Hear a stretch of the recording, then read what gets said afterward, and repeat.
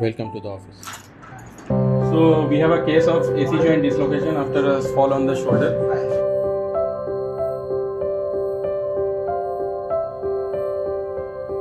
Now we are doing chiropractic adjustments for the AC joint which are subluxated superiorly and posteriorly.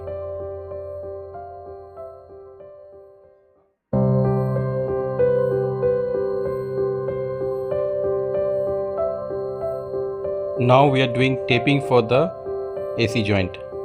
Yeah. After the chiropractic adjustments and AC joint taping, now he is able to lift the hand after the first session only. Experience the Gonstead difference.